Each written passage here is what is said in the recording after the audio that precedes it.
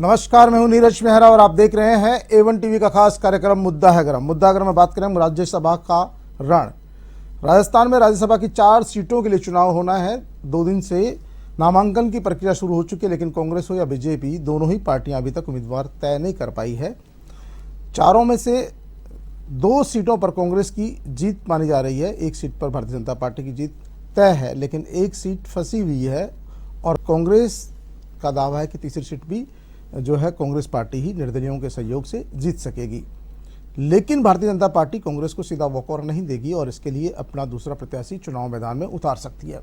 अगर भारतीय जनता पार्टी दूसरा प्रत्याशी चुनाव मैदान में उतारती है तो कांग्रेस के सामने परेशानी बढ़ सकती है, क्योंकि जिस तरह का माहौल चल रहा है और जिस तरह से कांग्रेस में लगातार विधायकों की नाराजगी सामने आ रही है, ऐसी स्थिति में कांग्रेस के लिए थोड़ी परेशानी खड़ी हो सकती है। हालांकि सचिन पायलट, मुख्यमंत्री अशोक गहलोत, तमाम नेताओं के बयान आ रहे हैं और उनका कहना है कि हम सब एकजुट हैं और राज्यसभा की तीनों सीट जीतेंगे। भारतीय जनता पार्टी का भी यही दावा है कि हमारे से कई कांग्रेस के और कई निर्दलीय विधायकों का संपर्क है और हम 2 सीटों पर जीत दर्ज करेंगे। देखना ये है कि कांग्रेस और बीजेपी के दावों पर क्या निकल कर आता है, किस तरह की उनके जो दावे हैं वो कहां तक सच साबित होते हैं। इन्हीं तमाम बातों पर चर्चा के लिए मेरे साथ जुड़ रहे हैं आर तिवारी जी है कांग्रेस पार्टी से। तिवारी जी, आपका बहुत बहुत स्वागत है। मुराद अली जी हैं, आपका बहुत बहुत स्वागत है भारतीय जनता पार्टी से। मुराद जी, जिस तरह की अभी लग रही है कांग्रेस पार्टी में, कहीं न कहीं विधायक लगातार नाराजगी के बयानबाजी आ रहे हैं, निर्दलीय विधायकों के बयान आ रहे हैं, तो लग रहा है भारतीय जनता पार्टी में खुशी की लहर है। कहीं न कहीं उनको लग रहा है दूसरी सीट पर उनकी नाराजगी को आप लोगों की पार्टी भुना सकती है। नीरज जी, नाराजगी विधायकों की नहीं है, पूरी जनता नाराज है। पूरा राजस्थान के सारे वर्ग नाराज हैं, चाहे महिलाएं हों, चाहे किसान हों, चाहे युवा हों, और ये टूटती हुई दीवार है और ये सबको पता है। और जिस हॉर्स ट्रेडिंग की बात बड़ी बढ़ चढ़ के और मुख्यमंत्री अशोक गहलोत जी किया करते थे, आज उसी का एक नतीजा है कि खुद मुख्यमंत्री जी ये कह रहे हैं कि हम 3 सीटें जीत के आ रहे हैं। इनके पास में ऐसा कौन सा जादुई आंकड़ा है नीरज जी? सबको पता है 123 विधानसभा सदस्यों की इनको जरूरत पड़ेगी 3 सीटों के लिए। इनके पास संख्या बल है नहीं इतना, 108 इनके विधायक हैं। उसके बाद में ये जोड़ तोड़ की गणित तो ये करना चाह रहे हैं। और हॉर्स ट्रेडिंग के आरोप लगाने वाले खुद इतने बड़बोलेपन में कह रहे हैं कि हम 3 सीटें जीतने जा रहे हैं। कैंडिडेट इनके फाइनल नहीं, इनके खुद के कैंडिडेट्स का विरोध हो रहा है, बाहरी कैंडिडेट्स का। इनके विधायकों ने खुले तौर पे कह दिया, गुलाम नबी जी का नाम आया, उन्होंने कह दिया कि बाहर का प्रत्याशी नहीं चलेगा। तो किस ब्याह पे ये तीसरी सीट जीतने का दावा कर रहे हैं? तो या तो इनके पास हॉर्स ट्रेडिंग का कोई प्लान इनके पास है, जोड़ तोड़ की गणित है। 21 जो है निर्दलीय विधायक और ये सारे मिला के हैं, तो हो सकता है इनकी निगाह इन पे टिकी हो। इनके बीटीपी के विधायक इनसे नाराज चल रहे हैं, आरएलपी इनके साथ नहीं है।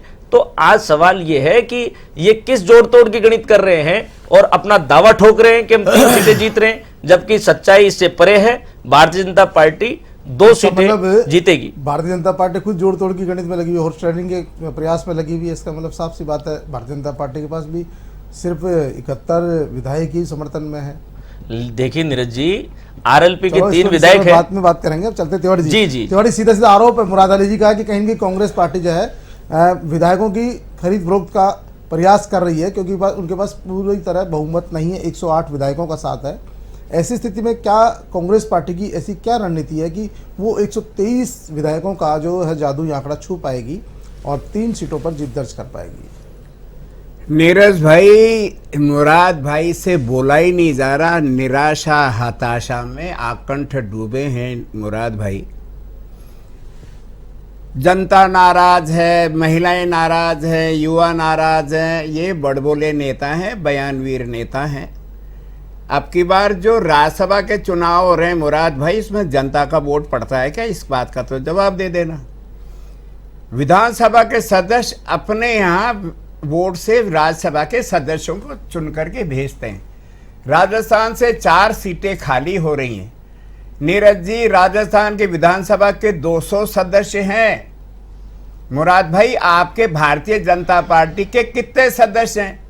200 में से 73 सदस्यों को हटा दो, फिर कितने सदस्य बचते हैं? वो सब कांग्रेस के साथ में। और आंकड़ा कहता है 41 वोट किसी भी राज्यसभा के जीत के लिए किसी भी सदस्य को आवश्यक है। आपके पास में 41 वोट से 73 में से 41 वोट लेकर के केवल एक उम्मीदवार जा सकता है। राजस्थान में मुख्यमंत्री अशोक गहलोत का नाम जादूगर का नाम है। हमने पहले आपके षड्यंत्र को फेल किया है। राजस्थान की चुनी हुई सरकार को 1 साल बाद में आपने खरीद फरोख्त से खरीदने का जो प्रयास किया था, उसका राजस्थान की जनता के आशीर्वाद से अशोक गहलोत ने उसको नेस्तानुबूत किया। अरे गजेंद्र सिंह शेखावत दिल्ली के इशारों पर राजस्थान में कब तक खरीद बिक्री की बातें करेंगे? राज्यसभा चुनाव में क्या आपको लग रहा है, ऐसा दिख रहा है भाई साहब, कि कहीं न कहीं भारतीय जनता पार्टी जो है आपसे जुड़े हुए विधायक, जो निर्दलीय विधायक है या दूसरे विधायक जिनका समर्थन पिछली बार चुनाव में आप लोगों को मिला था, उनको तोड़ सकती है? ऐसा नीरज भाई, अभी परसों ही जननायक अशोक गहलोत के घर पर राजस्थान विधानसभा के निर्दलीय सदस्यों ने सामूहिक रूप से इकट्ठित कहा, हम पहले भी आपके साथ थे, राज्यसभा के चुनाव में भी आपके साथ रहेंगे। बीटी अरे परिवार में एक दूसरे के प्रति कहीं ना कोई असहज भाव हो सकता है। बीटीपी के विधायक हमारे साथ में, और फिर मैं आश्चर्य से आप कह रहा हूं, आज मैं खुलासा करके जा रहा हूं, हनुमान बेनीवाल के 3 विधानसभा के सदस्य राज्यसभा में कांग्रेस के उम्मीदवारों को खुले में वोट डालेंगे। सुभाष गर्ग हमारे साथ, बीएसपी के विधायक हमारे साथ में, निर्दलीय हमारे साथ में। आपके पास सामान कहां है? आरएलपी विधायकों का आप कैसे दावा कर सकते हो तिवारी जी? आपको क्या? अरे भारतीय जनता पार्टी के साथ में चुनाव जीता हनुमान बेनीवाल ने। आज हनुमान बेनीवाल जो कुछ कर रहे हैं वो भारतीय जनता पार्टी वालों ने उनको कितना परेशान किया, उनको पर एहसान किया। हमारे बिना हनुमान बेनीवाल और उसकी पार्टी का अस्तित्व नहीं है। आज हनुमान बेनीवाल राजस्थान की बहबूदी के लिए भारतीय जनता पार्टी को आईना दिखाना चाहते हैं। राजस्थान की जनता का सर्वांगीण विकास और जननायक अशोक गहलोत जन कल्याणकारी योजनाओं का जो लगातार गंगा की तरह प्रवाह दे रहे हैं, उसको देख रहे हैं। उनको मालूम है कि आने वाली सरकार कांग्रेस की है 2023 के नवंबर माह में भी, इसलिए हनुमान बेनीवाल दूरगामी राजनीतिज्ञ हैं, वो कांग्रेस का साथ देंगे, भारतीय जनता पार्टी का साथ नहीं देंगे। और फिर कह रहा हूं, तीनों सीट कांग्रेस डंके की चोट पर जीतेगी। अगर ये दूसरा उम्मीदवार उतारते हैं तो अडानी और अंबानी की ताकत के बल पर कांग्रेस के निर्दलीय विधायकों को खरीदने का एक कुत्सित प्रयास करेंगे, जिसको जननायक अशोक गहलोत फिर असफल करेंगे। मुराद भाई, इनका सीधा सीधा आरोप है कि आरएलपी के विधायकों का समर्थन भी कांग्रेस पार्टी को मिलने वाला है, और कहीं ना कहीं भारतीय जनता पार्टी, क्योंकि इनके पास बहुमत से बहुत दूर है, और ऐसी स्थिति में भी यदि दूसरा उम्मीदवार मैदान में उतारती है तो कहीं न कहीं यहाँ पर हॉर्स ट्रेडिंग के आरोप बीजेपी पर भी सीधे लगेंगे। नीरज जी, राज्यसभा चुनाव की तैयारी कांग्रेस कितनी गंभीरता से कर रही है, इस बात का अंदाजा आप इस बात से लगा लीजिए। इनके 108 विधायक हैं, इनके सरकार को समर्थन, बाहर से समर्थन दे रहे, अंदर से समर्थन दे रहे जो कई निर्दलीय विधायक हैं। सरकार रेवड़ियां बांटने में लगी हुई है। सरकार किसी को सलाहकार बना रही है, किसी को वैधानिक दर्जा दे रही है, किसी को क्या दे रही है। उसके बावजूद इनकी हालत ये है कि ये इनके खुद के कांग्रेस के एमएलए गणेश गोगरा जी इस्तीफा भेज के बैठे हैं, इनके कांग्रेस के मलिंगा जी गिरफ्तार होके बैठे हैं। ये किस संख्या की बात कर रहे हैं? वो कौन से जादुई आंकड़ों की बात कर रहे हैं? वोट डालेंगे भाई साहब, मैं आपके ट्रम में नहीं बोला, मैं आपके ट्रम में नहीं बोला, माफी चाहता हूं। आप मेरे ट्रम में अपनी बात रखने दीजिए।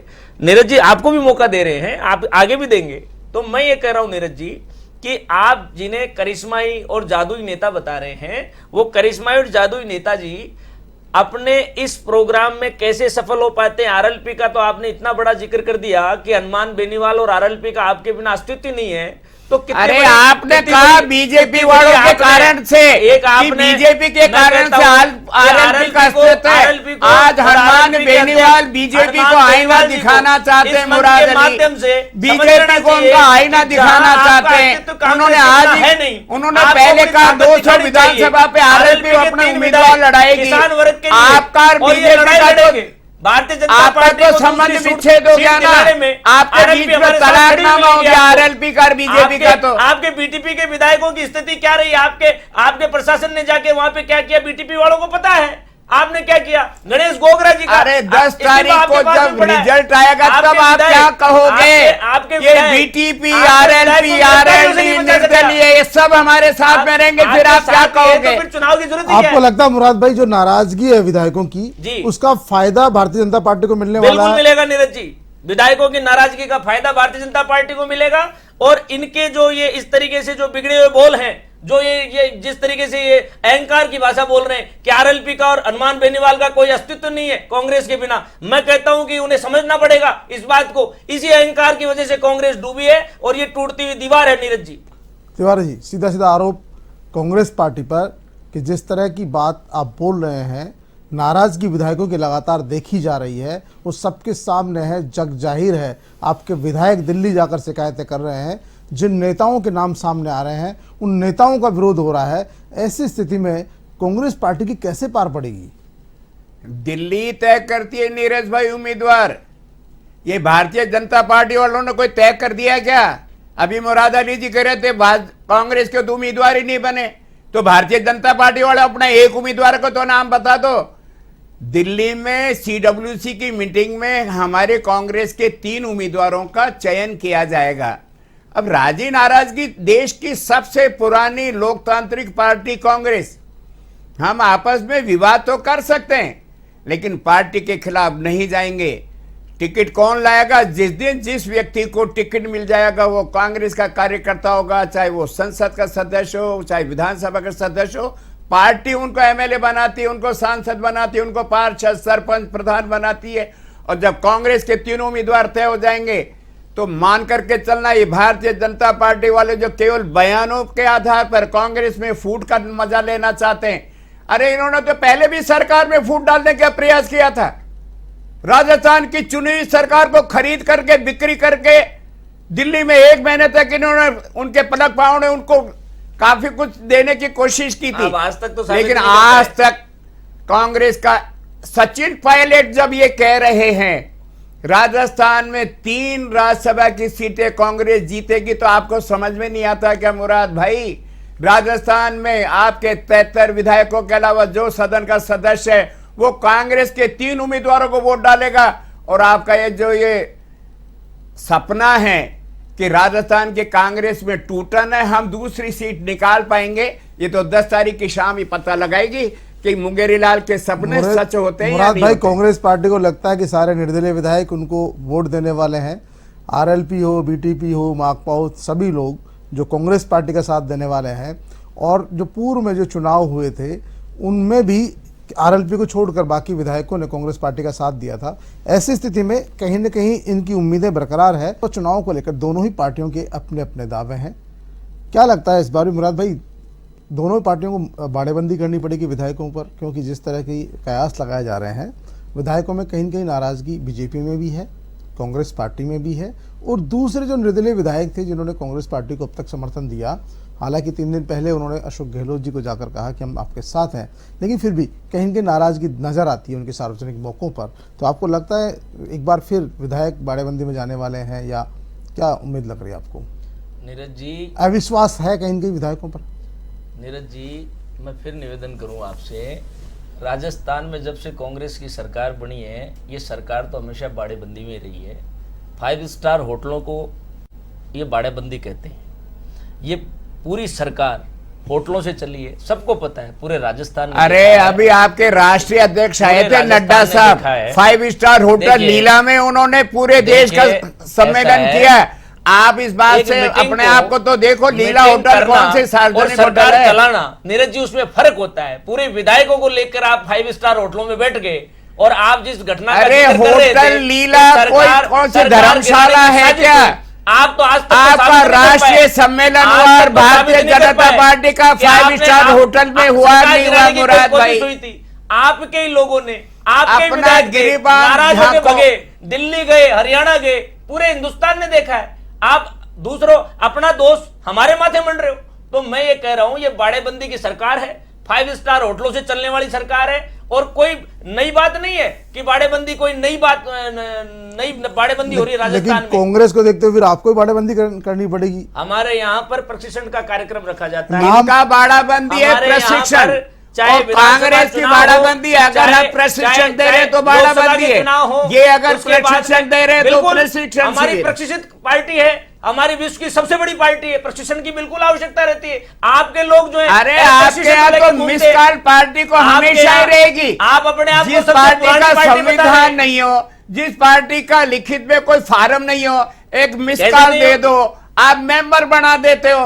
5,000 करोड़ जिसके पास में एक नंबर में पैसा हो, दुनिया की सबसे अमीर पार्टी, राजस्थान में एक सांसद जिताने की स्थिति में दूसरा लड़ाने का मतलब नीरज भाई, ये पैसे का खुलेआम प्रदर्शन करना चाहते हैं, अन्य विधायकों को तोड़ना चाहते हैं, पैसे का प्रलोभन देना चाहते हैं। ये चाल चरित्र चेहरा तो पार्टी विद डिफरेंस बातों में ही है। जब इनके पास में 41 विधायक है, 21 के 21 निर्दलीय विधायक और आरएलपी के विधायक, आरएलडी के विधायक सब हमारे संपर्क में है, बसपा के विधायक। ये कांग्रेस और ये तो तोड़ता ये अशोक गहलोत की नीतियों के कारण से समर्थन कर रहे हैं। हमारे पास में कहाँ पैसा है? जब आपने खुले मंच पे ये कह दिया कि बीएसपी के विधायक आपके पास है, आरएलडी के मुराद भाई, अशोक गहलोत में कांग्रेस में विश्वास, बीएसपी तो बची ही नहीं है, बीएसपी तो पहले ही सम्मिलित हो चुकी है। ये तो और ऐसी स्थिति में क्योंकि देखिए कांग्रेस भी नहीं बच रही, वैसे जो भी पार्टी सत्ता में होती है साम दाम दंड भेद की नीति अपनाती है, चाहे कोई भी पार्टी हो, और चुनाव जीतने के लिए भारतीय जनता पार्टी भी उसी रणनीति पर चलेगी और कांग्रेस पार्टी भी उसी नीति पर चलने वाली है। लेकिन आपको लगता है कहीं न कहीं इस बाड़ेबंदी से नुकसान होता है मुराद भाई? देखिए, सरकारें ठप हो जाती है, प्रशासन रुक जाता है और पूरा राज का जो काम है वो प्रभावित होता है। नीरज जी, बिल्कुल होता है। सरकार को तो कम से कम राजधर्म का पालन करना चाहिए। इनकी आवभगत में पूरा प्रशासन लग जाता है, चाहे सीडब्ल्यूसी की बैठक हो। आप देखिए, अभी उन्होंने उदयपुर में बैठक की, पूरा प्रशासन उदयपुर में लग गया।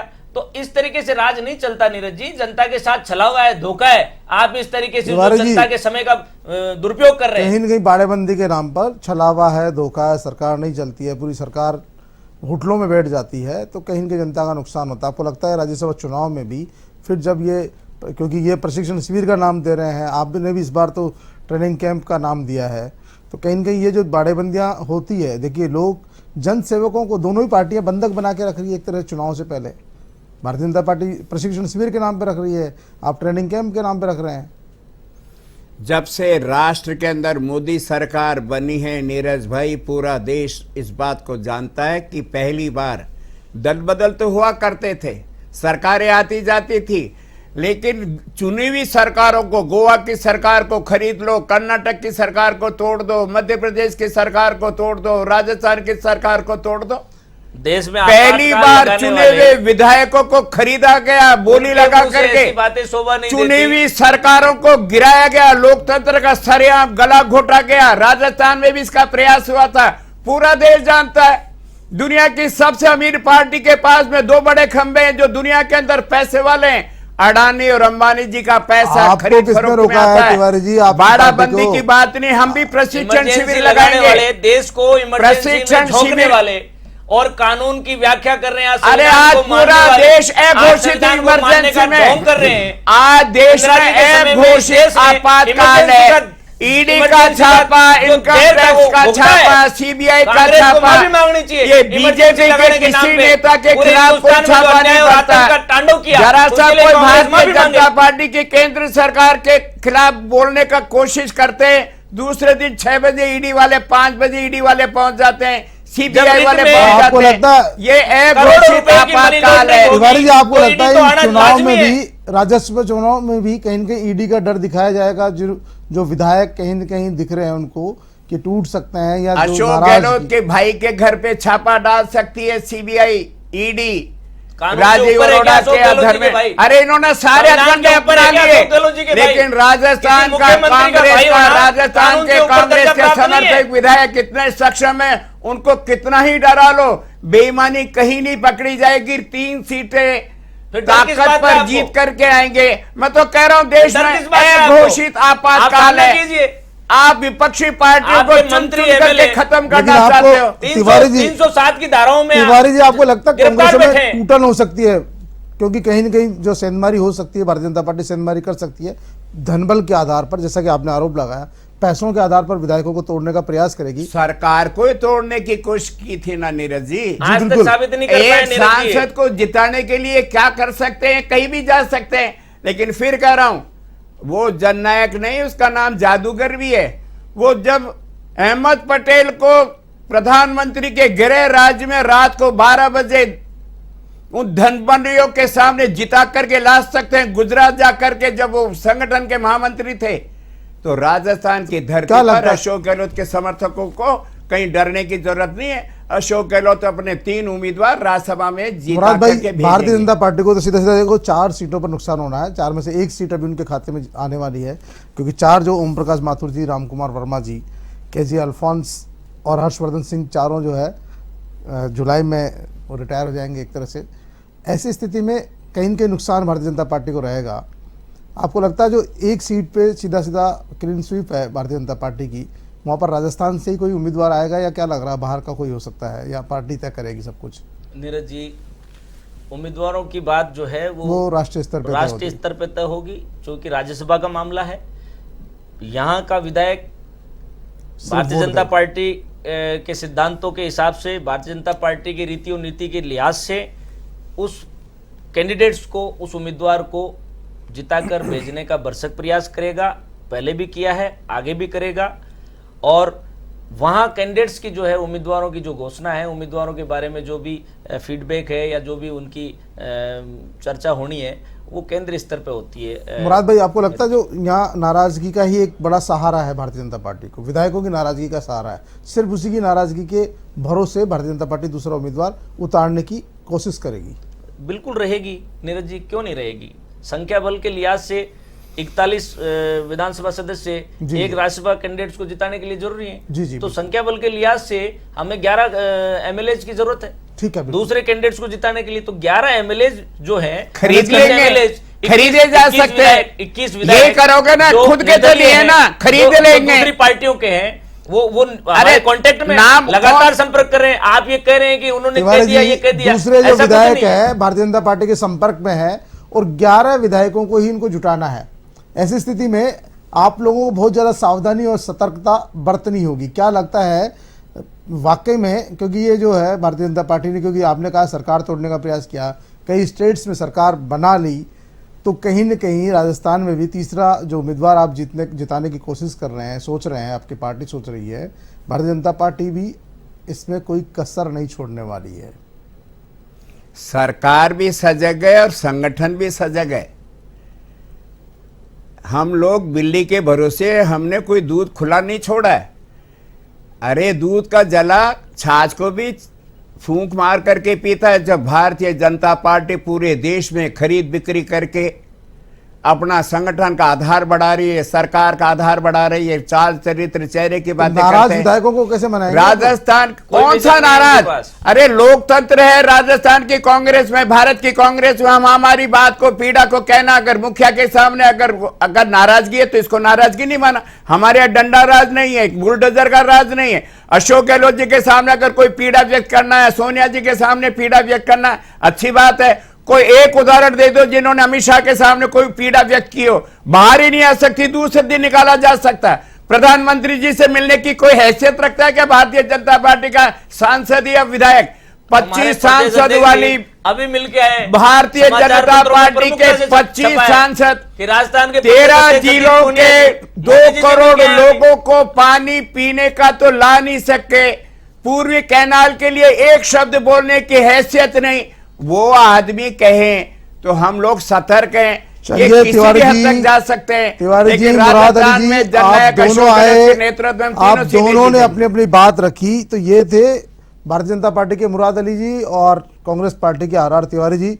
दोनों को उम्मीद है कि कांग्रेस पार्टी के जो मुखिया है मुख्यमंत्री अशोक गहलोत, उनके नेतृत्व में सचिन पायलट और तमाम विधायक मिलकर 3 सीटों पर राज्यसभा उम्मीदवार जिताकर भेजेंगे। वहीं भारतीय जनता पार्टी को भी उम्मीद है कि जो कांग्रेस पार्टी के विधायकों की नाराजगी है, निर्दलीय विधायकों की नाराजगी है, उसको भुनाते हुए भारतीय जनता पार्टी भी राजस्थान से 2 सीटों पर विधायकों का समर्थन जुटाएगी और राज्यसभा में 2 सीटें जीतने का प्रयास करेगी। दोनों पार्टियों के अपने अपने प्रयास है। देखना यह है कि बाड़ेबंदी में इनकी क्या स्थिति रहती है, क्या नाराज विधायकों की नाराजगी को कांग्रेस पार्टी दूर कर पाती है या फिर भारतीय जनता पार्टी नाराज विधायकों की नाराजगी का फायदा उठाती है।